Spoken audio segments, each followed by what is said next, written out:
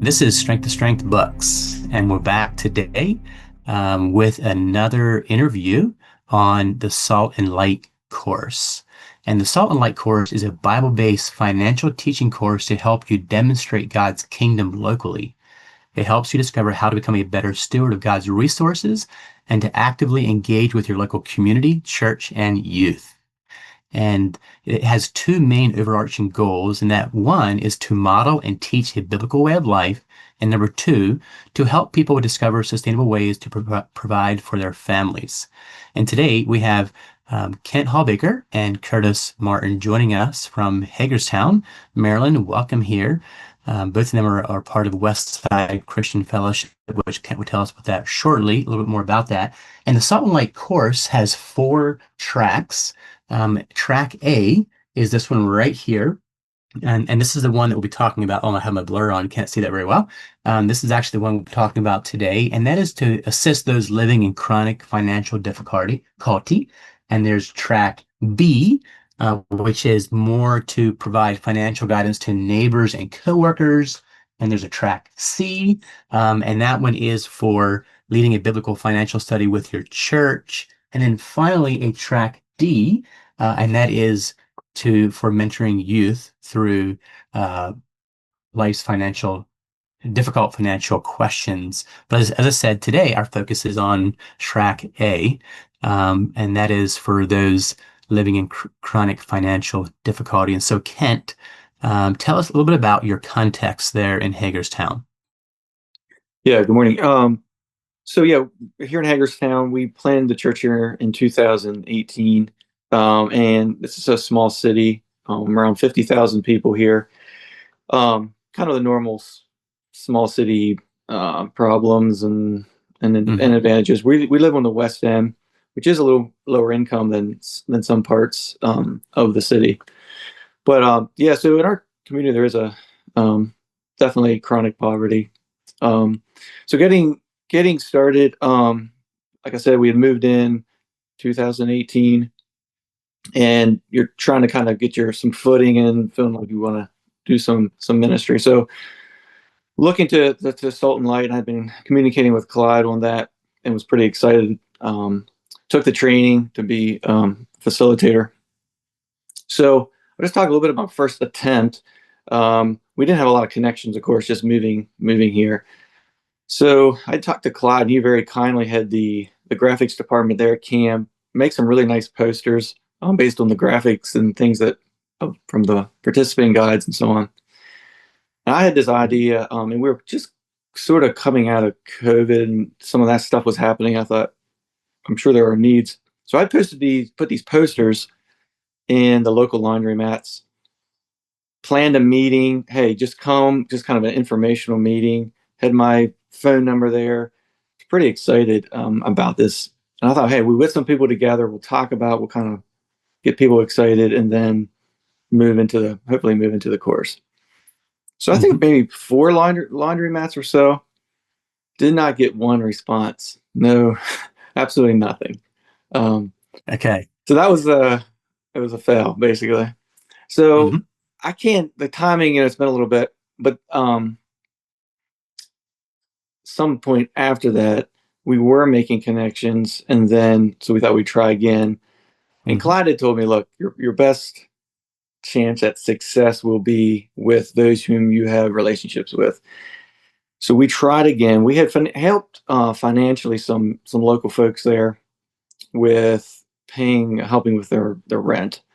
So I'd kind of encourage them, look, you've received some help. We have this financial course. We'd love to have you come. And they seemed positive about that. There were 2 individuals I know had focused on them. I had my neighbor that I was pretty good friends with by then. And then Curtis had a connection. And I don't know if Curtis wants to talk about that later on here or not, but he had a connection as well with an individual who was actually living there at our meeting place at the time. So we planned the meeting, and I thought, well, I was texting people, look, this is coming up. Everyone seemed positive, and I was feeling good about our first meeting. Well, just days before, some of these other individuals just kind of disappeared. They wasn't going to work. So I was getting pretty discouraged. I felt like things were turning to dust again. But at any rate, we did Mhm. have our meeting with the two individuals that my neighbor and then Curtis's connection. So um, I'm going to pass it over to Curtis to talk about exactly what we kind of how the meetings went and some details there. So. Sure. Well, one thing I just want to highlight there before we turn to Curtis is that, um, it was actually the people who you had a relationship Yeah, with finally that you get in, and we'll see that here shortly, and not so much about a flyer. And so I think yeah, that's a really good point because the reason we're having this interview is so people who are considering how to do this. And I would agree. I'm certain, and Clyde is right, that it's that relationship with somebody. Um, Typically, I think you will see the highest success with entering into a class like this. So great. Curtis, go ahead. You can tell us a little more about kind of how that went. Sure. So I did not take the facilitator's course, and it was somewhat intentional, somewhat based off of circumstances. And so I joined as a student. I Okay. we we decided that um, we didn't want to have the feel of, hey, we have it all figured out.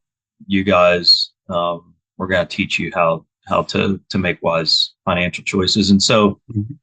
I mean, I I wasn't really there, and so it wasn't in the same space that these other two were. Um, so a little bit about those two, like Ken said, the one was a neighbor. He literally lived in the house right um, beside us here, and so we saw him every day almost. The other Mhm. connection, he would have been a work connection I had several years before, kind of in and out of my life a little bit. And he was at a point where um, he needed help. Like he didn't have any place to go. And last person he talked to was me. And so, or last time he had Mhm. asked for help, I was able and willing to help him. So anyway, ended up uh, moving him in from Colorado to um, to be here, and I was trying to Mhm. help him get established. And so one of the things that whenever we decided to do the Salt and Light course, it was like, well, this is kind of what he needs, right? Um, so he was kind of forced to because we were having the meeting there at the having our course there where he was kind of staying. Um, Sure. but at the same time, he did jump right into the mhm, um, and definitely got involved with the meeting and really enjoyed that or the course. Um, so yeah, we did this during the winter time, and what we kind of did to start it off, we would share a meal together, and I might share a few pictures here just to kind of Mhm. set the stage a little bit. Um, so we have this. This is kind of the here's the two individuals, and this would be Kent's brother, and then our sons as well.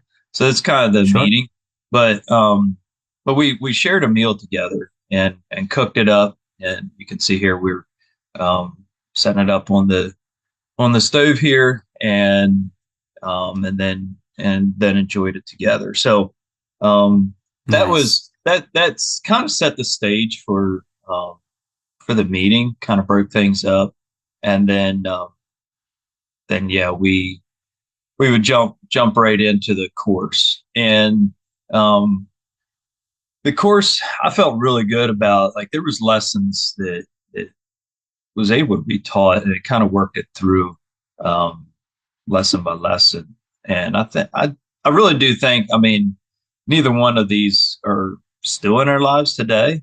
As a matter of Okay. fact, the Mhm. one that was staying there, he up and left about 2 weeks before we were finished, and haven't heard anything from him since. So, um, but I I trusted, yeah, our time together.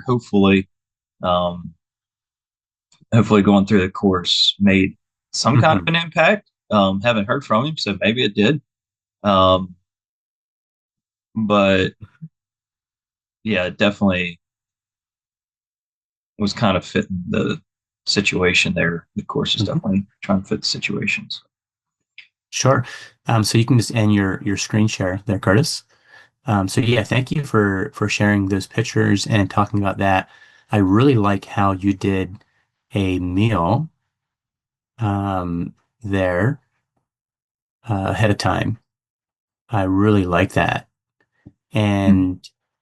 And there's something there's a care that's shown in doing that, and obviously beyond that too, that more relational connection over a meal. And did you actually prepare the meal together? Is that what? Yeah, Yeah, I yeah, see. yeah. We would Okay. have.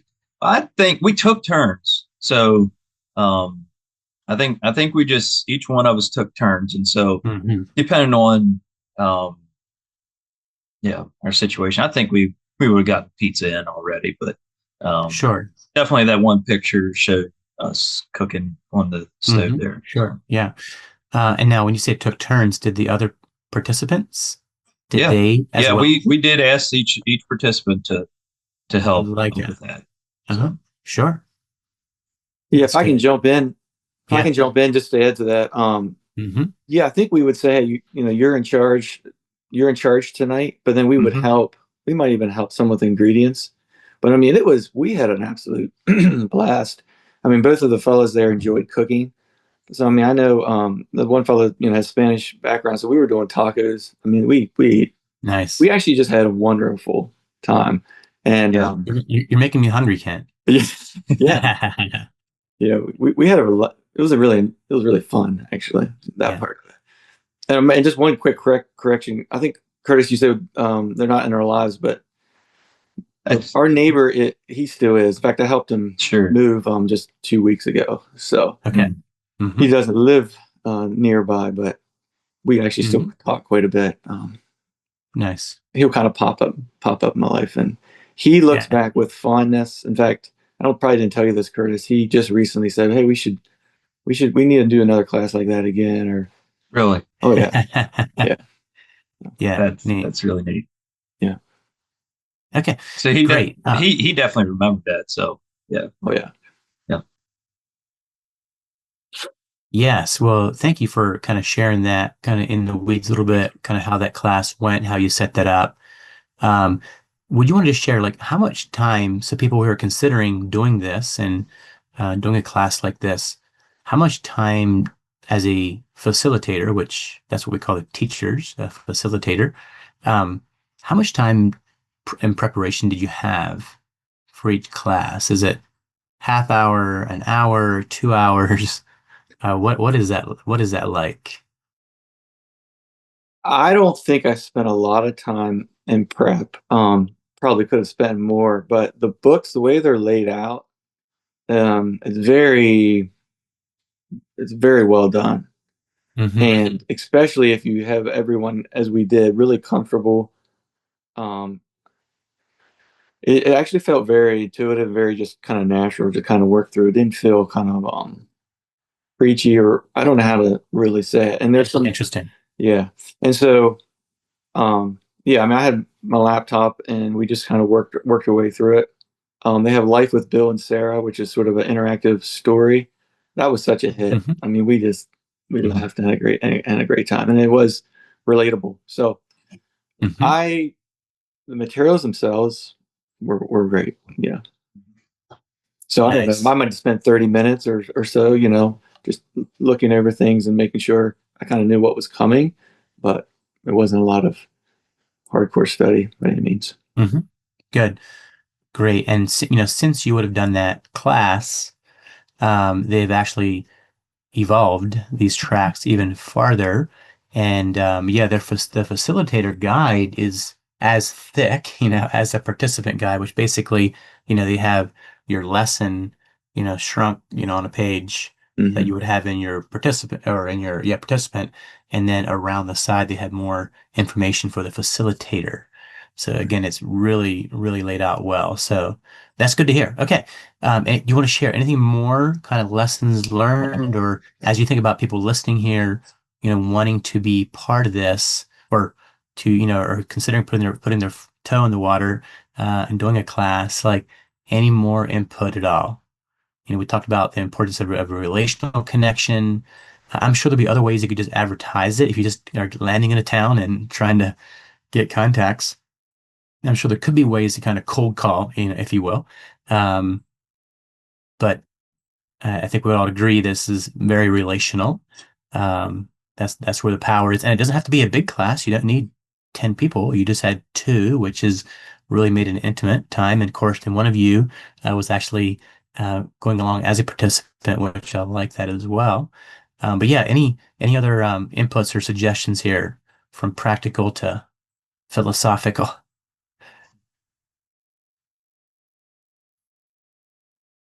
Yeah, I don't know. Obviously, we have very limited experience, but I would say we pretty much covered it. Hmm. We've talked about there's just no way around the relational aspect. So, I mean, for someone out there considering spending time with people, that's basically what is required. Hmm. Um, yeah. Yeah, and it's time. These things take time, and there's no shortcut to that. Right. So That's right. yeah. Yeah. Hmm. Good.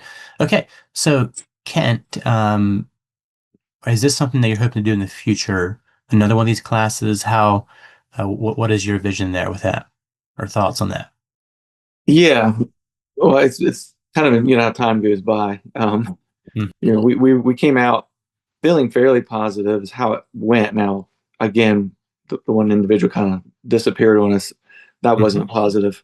But as far as how the classes went, it was. I was we planned to do them again, and we just life I don't know got in the way, I guess.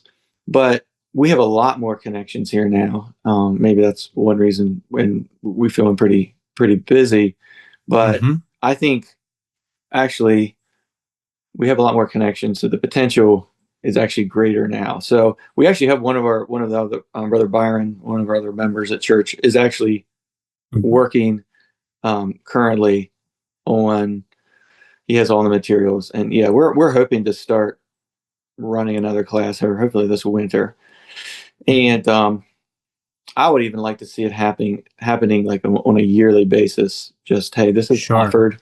So it's not one thing we wanted to try to avoid is not do it maybe on a need basis where we see you could probably use this type of a thing, but hey, this is just a class we do. This is something we offer as a community. This has been helpful for others, and hey, we're doing it again you know this winter or coming up here in Sure. 6 months. Maybe this is something you'd be interested in. Tell your friends. So that's I'm hoping that Hmm. becomes just part of our kind of our community, just something we do. Yeah. So um, that's our goal, I guess. We check back in to see how well we Mhm. do with that. Yeah. I like that. I like that. I think about at our cafe, every February, we do a better conversations workshop, and Hmm. it becomes a rhythm, and people can invite or talk about, hey, we can't wait till next year, and we have people repeating it. And I think would see that with this as well. People actually repeating the class for bringing their friends. Yeah, yeah, I like that. Yep. Hmm. Okay. All right. Well, brothers, thank you for joining us here. Our goal is to keep more of a shorter talk here because we really want people to listen to these, and consider this really neat opportunity here of a way to reach out to your neighbors. And that's really the heart. Get to know your neighbors, engage with your neighbors. So thank you, brothers, for sharing about that. God bless you all there at Westside Christian Fellowship. And for anyone listening here, you can go to our website at saltbooks.org, or email us at contact@saltbooks.org or contact@strengthtostrength.org. And we would be happy to interact with you and help you there with any questions you might have. All right. And thank you for joining, brothers. Have a great day. Thank you. Yep. God bless.